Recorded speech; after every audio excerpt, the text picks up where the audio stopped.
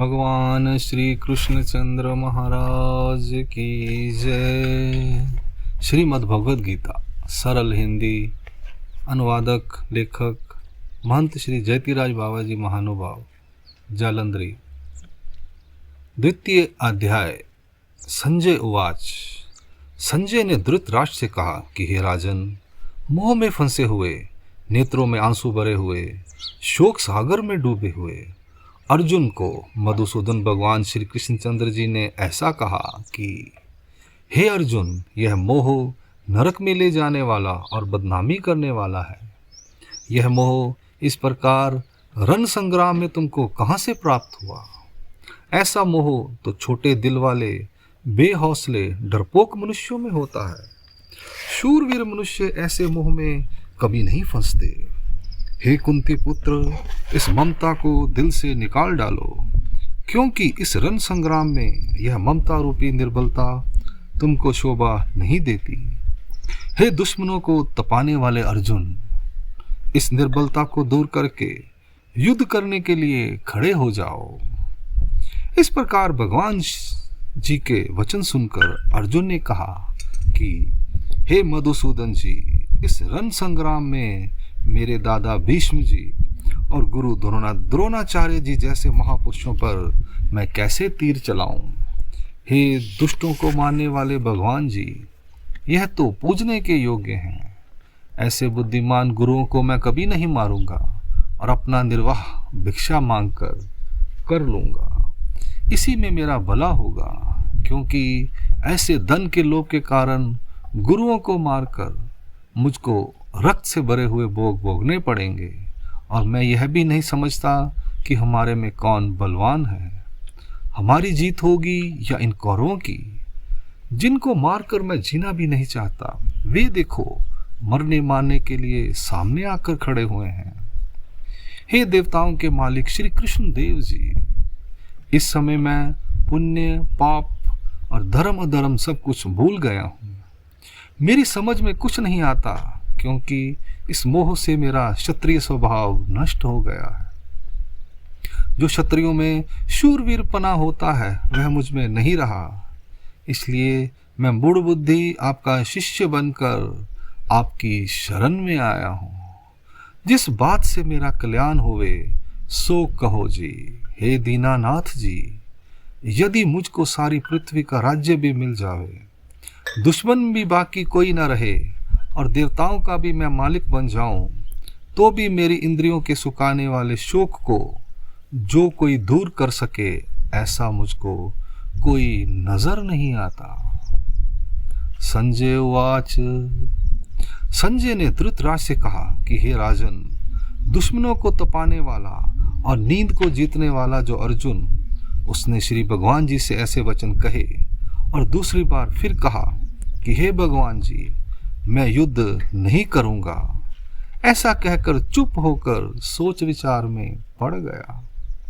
फिर श्री कृष्ण भगवान जी ने मुस्कुराकर कहा कि हे अर्जुन, जिस बात का तुमको ख्याल तक भी नहीं करना चाहिए, उस बात को तो तुमने अपने मन में पक्का कर लिया है और पंडितों जैसी बातें करते हो।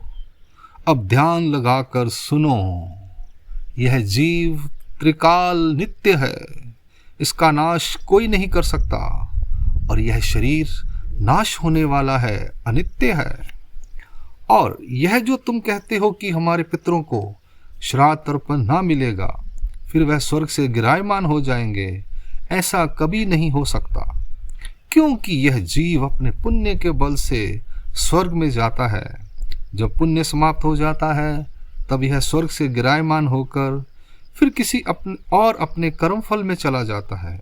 इसलिए विचारवान लोग ऐसी बातों पर कभी ध्यान नहीं देते। हे अर्जुन, हम, तुम और यह सब राजा पहले भी थे, अब भी हैं और आगे भी सब रहेंगे। हम तुम कहने का मतलब यह है कि जीवात्मा और परमात्मा दोनों भिन्न भिन्न हैं। इसलिए अज्ञान, मोह में फंसे हुए जीवों को ईश्वर ज्ञान उपदेश करते हैं और खोटे मार्ग से हटाकर अच्छे मार्ग पर लगाते हैं। कोई एक बेसमझ लोग जीवात्मा और परमात्मा को एक मानते हैं, इसमें उनकी बड़ी भारी भूल है, क्योंकि परमात्मा नित्य, ज्ञान स्वरूप, आनंद स्वरूप, स्वतंत्र है। यह सब शास्त्रों का सिद्धांत है, और यह जीवात्मा तो अज्ञान स्वरूप है। इसीलिए यह सब जीव मोह में फंसे हुए दुख भोग रहे हैं, और यह सब प्रकार से परतंत्र नजर आ रहे हैं। अगर जीवात्मा और परमात्मा एक ही होते तो फिर ना किसी को कोई गुरु धारण करता, ना कोई किसी का शिष्य ही बनता, और भक्ति करके मुक्ति प्राप्त करने की भी कोई किसी को जरूरत नहीं रहती। इसलिए जीवात्मा और परमात्मा दोनों भिन्न हैं, भिन्न भिन्न हैं। हे अर्जुन, जैसे इस शरीर में यह जीवात्मा बालापन, जवानी और वृद्धापन भोगता है, इसी प्रकार इस शरीर को छोड़ने पर किसी और शरीर को भोगता है। इसलिए ज्ञानी लोग जो वस्तु नाश हो गई है उसमें, और जो नाश होने वाली वस्तु है उसमें मोह नहीं रखते। हे कुंती पुत्र, इंद्रियों के विषय शब्द, स्पर्श, रस, रूप, गंध, यह सर्दी गर्मी सुख दुख के देने वाले हैं, और अंत में इनका नाश हो जाता है। हमेशा एक जैसे कभी नहीं रहते, इसलिए तुम इनको सहन करो। जिसने सुख दुख को एक समान समझा है वह बुद्धिमान पुरुष इन इंद्रियों के विषयों से दुखी नहीं होता। वही पुरुष अटल मुक्ति को प्राप्त करता है। जो वस्तु नाशवान है सो कभी स्थिर नहीं रहेगी, और जो हमेशा स्थिर रहने वाली वस्तु है उसका कभी नाश नहीं होवेगा। अर्थात जीवात्मा यह सनातन हमेशा स्थिर रहने वाली वस्तु है, और यह शरीर अर्थात प्रपंच यह नाश होने वाली वस्तु है। बुद्धिमान पुरुष ज्ञान के नेत्र से इस बात को ठीक देखते हैं, इसलिए तुमको भी समझना चाहिए और युद्ध के लिए खड़े हो जाना चाहिए। जो पुरुष इस जीवात्मा को जन्म मरण से रहित और अविनाशी जानता है, सो पुरुष ना किसी को मारता है, ना किसी को मरवाता है। हे अर्जुन, जिस प्रकार पुराने वस्त्रों को उतार कर पुरुष नए वस्त्रों को धारण करता है, उसी प्रकार यह जीवात्मा पुराने शरीर को त्याग कर नए शरीर को धारण करता है। इस जीवात्मा को शस्त्र काट नहीं सकते, अग्नि जला नहीं सकती, जल भिगो नहीं सकता, और हवा सुखा भी नहीं सकती। इस जीवात्मा के ना टुकड़े होते हैं, ना यह जलता है, ना गलता है और ना सूखता है। यह हमेशा स्थिर रहने वाला है। अपने कर्मों के अनुसार जिस जिस योनि में जाता है वहाँ पूर्ण होकर रहता है, और फिर वहाँ से जल्दी नहीं निकलता। अचल और सनातन है। हे प्यारे, यह जीवात्मा बहुत बारीक है, और इसका स्वरूप भी बड़े विस्तार वाला है। इसलिए यह किसी को नज़र नहीं आता, और ना ही किसी के ध्यान में आता है। यह विकार से रहित है, इसलिए तुमको मरने का दुख नहीं करना चाहिए। हे लंबी भुजाओं वाले अर्जुन, यदि तुम अपने मन में ऐसा निश्चय कर बैठे हो कि यह जीवात्मा हमेशा जन्मता है और हमेशा मरता है, तो फिर भी तुमको मरने मारने की चिंता नहीं करनी चाहिए, क्योंकि जो जन्मता है सो मरता भी है, और जो मरता है सो जन्मता भी है। इसलिए बुद्धिमान पुरुष इस बात की चिंता कभी नहीं करते। हे भरत खंड के राजा अर्जुन, इस संसार की रचना के पहले भूमि, जल, अग्नि, वायु, आकाश, यह 5 भूत नजर नहीं आते थे। संसार की रचना के पश्चात और नाश होने से पहले नजर आने लगे, दिखाई देने लगे। आगे जब संसार का नाश होवेगा उस समय भी दिखाई नहीं देंगे। इसलिए तुमको किसी बात की चिंता नहीं करनी चाहिए। हे पांडुपुत्र, कोई इस प्रपंच को आश्चर्य से देखता है, कोई आश्चर्य से सुनता है, कोई आश्चर्य से इसका वर्णन करके सुनाता है, और कोई एक इसको सुनकर भी यथार्थ नहीं जानता। अर्थात एक ब्रह्म विद्या के जानने वाला ही इस प्रपंच को यथार्थ देखता है, समझता है और समझा भी सकता है। हे अर्जुन, किसी शरीर में भी इस जीवात्मा का नाश नहीं हो सकता। यह हमेशा कायम रहने वाली सनातन वस्तु है, इसलिए तुम चिंता मत करो। हे कुंती पुत्र, अपने स्वधर्म को देखकर तुमको डामाडोल नहीं होना चाहिए, क्योंकि क्षत्रिय के लिए धर्म युद्ध करना यह कल्याण की बात है। यह युद्ध क्या है? यह तो एक प्रकार का तुम्हारे लिए स्वर्ग का द्वार ही खुल गया है। ऐसा समय किसी पुण्य आत्मा जीव को ही प्राप्त होता है।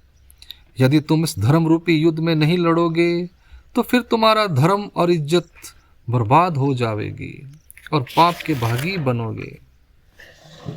यह सब राजे भी हमेशा तुम्हारी निंदा करेंगे। इज्जत वाले पुरुष को इस निंदा से मर जाना अच्छा है।